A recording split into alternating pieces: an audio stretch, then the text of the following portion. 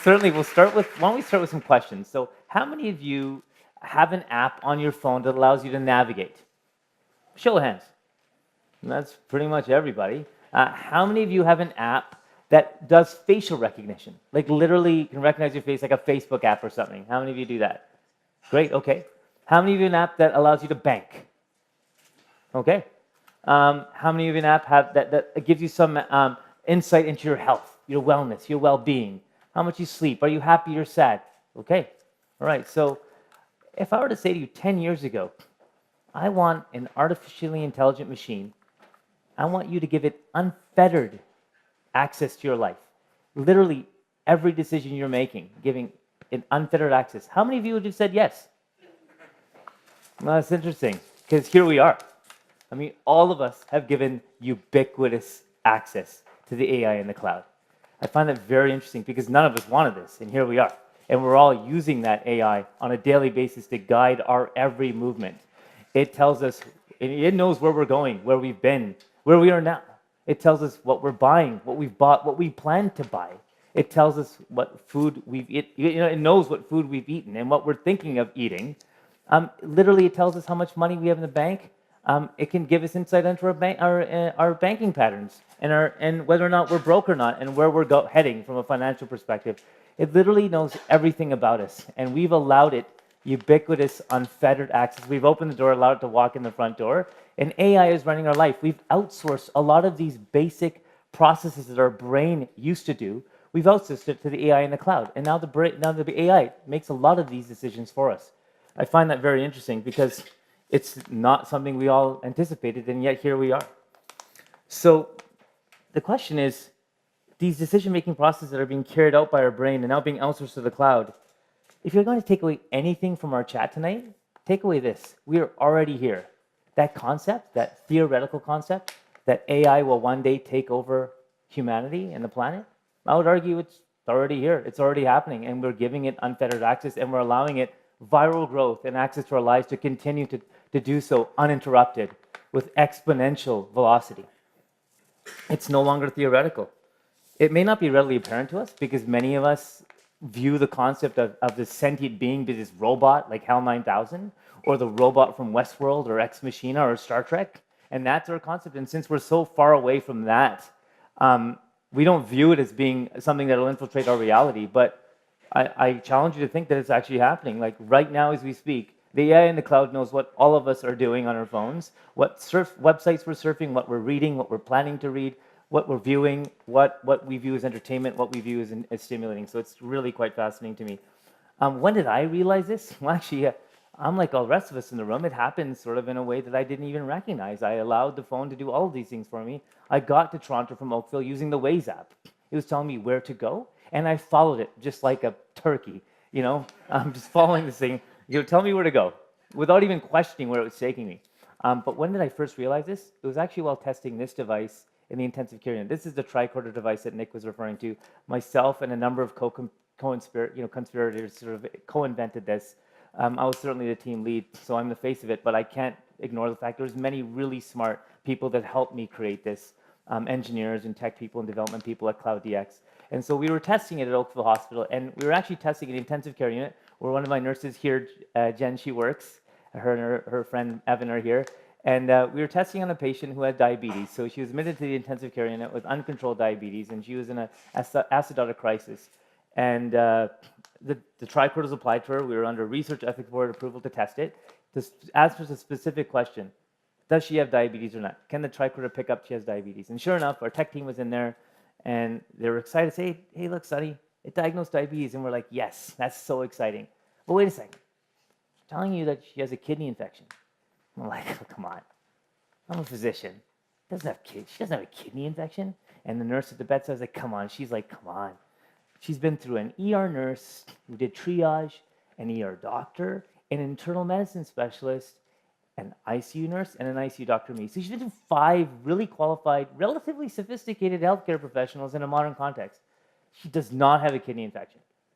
And I was like, you know what? Let's just test it. She had a kidney infection. The AI outsmarted us. It outsmarted me. And I view myself as a reasonably passionate doctor that cares about the diagnoses I make, and I completely effed up. I missed the boat. Um, the AI outsmarted me, and I realized that, you know what, this is not happening just at the level of tricorder, it's happening on a daily basis. My daughter, when she does her homework, Nick alluded to this, Siri is now her de facto resource for information. She doesn't ask me or my wife Rachel, she asks Siri. Only when Siri fails am I the backup. So Siri is the first parent, I'm the third parent. So I'm starting to realize that this is not just a problem that's isolated to theory and hypotheses. It's happening on a daily basis, and it's happening to all of us.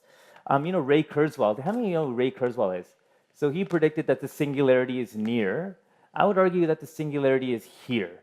So basically his postulate was that, with Moore's law is basically that concept. Moore was a co-founder of Intel in the 60s, and he recognized, he observed that transistors every few months, every several months, would double their capacity to compute, to do computational power. And with the rate that this is going, and this has continued unfettered from the 60s to now, there will be a time in our lifetimes when the average smartphone or desktop computer, the computational power will rival the human brain. Now, that's a scary concept, because what they postulate is when that happens and this super artificial intelligence takes control, it'll launch an unfettered technological revolution and reach a point where it's literally uncontrolled, unfathomable human growth, and it'll change civilization as we know it. And it sure sounds scary to me. It's a scary concept, but I would argue it's already here. We fundamentally have changed how we communicate with each other, how we transact. There are cyber currencies. There's virtual ways of communicating. I mean, there's men in Japan marrying virtual girlfriends under the letter of the law. We just gave citizenship to a robot in Saudi Arabia. That robot has more power, more rights than the average woman in Saudi Arabia. In fact, naturalized citizens who have one parent who's Saudi and one who's not, that robot has more rights. So we're already here, and it's happening before our very eyes. We're seeing the singularity is here. The other thing that's interesting to me is it's not occurring in the way we expected. It's not that robot like I referred to. It's not HAL 9000. It's occurring in a covert way. And in some ways, that is a scary prospect, because we're not allowing ourselves to check its progress. And so the robot that was answering the questions for us, and we were asking the questions, in some way the roles are reversing. These microprocessors aren't just making decisions for us or helping us make decisions in that virtual space. For some of us, it's making fundamental human physiological life or death decisions. If you have a pacemaker, it decides when your heart beats next. If you have an embedded microchip as a diabetic, it decides whether you should eat or not. It gives you that feedback, and whether or not it's going to give you insulin. That's a life or death decision. If you're a Parkinson's patient, that deep brain stimulator decides whether you walk, whether you talk, or whether you are literally frozen in space and time. And it goes on, from dialysis machines to mechanical ventilators. So it's not just these microprocessors in the cloud making these decisions about where we're going, what food we're going to eat, what we're going to shop, where we're going to travel. There's fundamental human physiological decisions being made by microprocessors. And the problem, as I see it, is it's creating a perfect storm. There's three forces driving this. We have granted the tech giants, I won't name them, but they all reside in Silicon Valley, and some of them want to come here. We've granted them unfiltered access to our lives and given them near limitless power. We've given them a platform to allow them to exponentially, virally grow and hack our lives. We're powerless to stop it. And the other thing is, the other force that's creating the perfect storm is we're allowing it to happen. In fact, we're welcoming it. Where's that next app? I want that next app to tell me what I want to eat before I want to eat it. Like, I'm waiting for that app. To know what I'm craving before I crave it. Like, we're all welcoming these apps and downloading them en masse. So that's another driving force for the perfect storm. And the third thing is Moore's law, where the microprocessors keep doubling every few months, and their computational power keeps coming up until the point it's rivaling and will one day surpass the human brain. That's another force that's driving the perfect storm. So what about the consequences?